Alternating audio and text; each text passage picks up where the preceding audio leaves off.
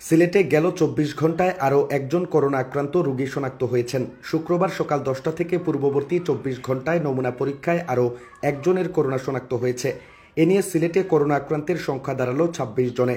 আর গেল ২৪ ঘণ্টায় নতুন করে কেউ শনাক্ত না হওয়ায় সিলেট বিভাগে ডেঙ্গু আক্রান্তের সংখ্যা আগের মতো ৩৭ জনেই আছে।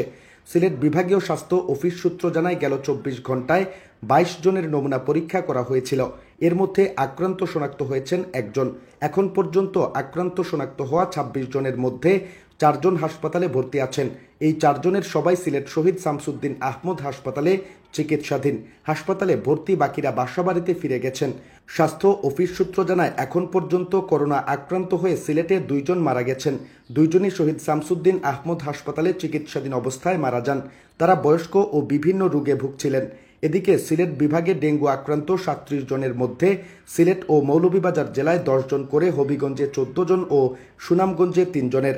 বর্তমানে ৭ জন রোগী হাসপাতালে চিকিৎসাধীন। এর মধ্যে সিলেট ওসমানী মেডিকেল কলেজ হাসপাতালে ১ জন, মৌলভীবাজার সদর হাসপাতালে ২ জন ও হবিগঞ্জ সদর হাসপাতালে ১ জন চিকিৎসাধীন আছেন।